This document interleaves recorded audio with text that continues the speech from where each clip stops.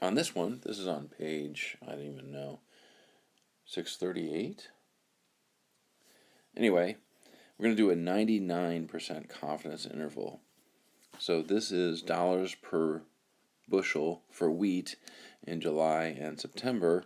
And here's the average price for July and the average price for September. Standard deviation is there.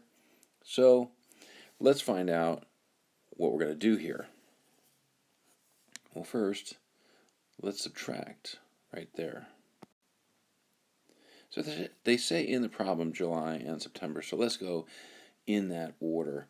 So 295 minus 361, like that. And that's going to give us negative 0.411.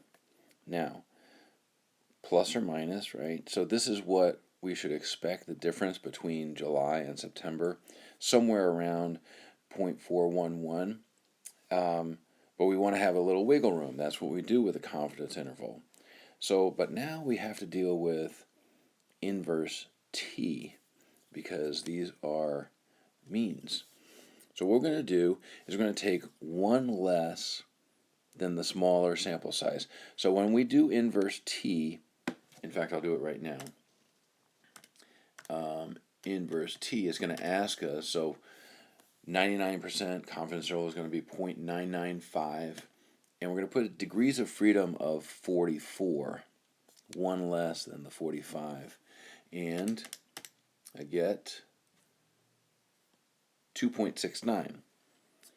2.69.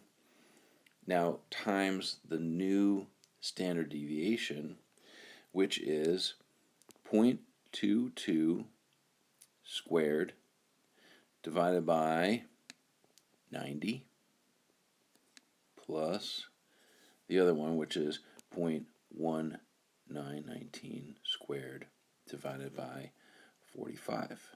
There you go. There's the new standard deviation. So I'm going to figure this out, multiply it by that, add it and subtract it to this, okay, like we've done many times before, and I'll tell you what the answer is. And there it is. So we are 99% confident that the true difference in the prices between July and September is going to be somewhere between negative 0.759 and negative 0.561. That would be the difference, because July is going to be,